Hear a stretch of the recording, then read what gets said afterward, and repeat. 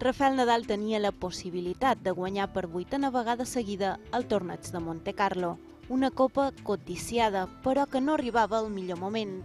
La tendinitis al genoll va fer curta l'adaptació a la nova superfície, però Rafael Nadal ho va apostar tot al vermell de la terra de Montecarlo.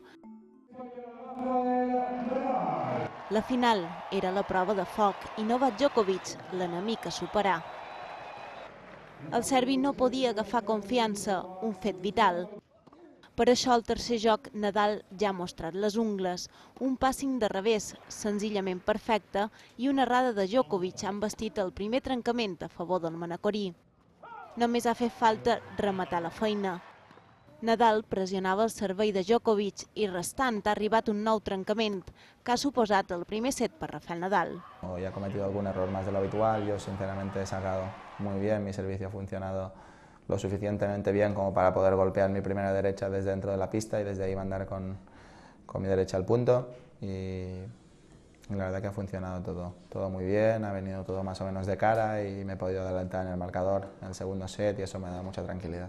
El número 2 del món s'ha posat amb un clar avantatge a la segona mànega, un 4-0 i 2 trencaments que li han donat una tranquil·litat que feia temps que Rafael Nadal no sentia.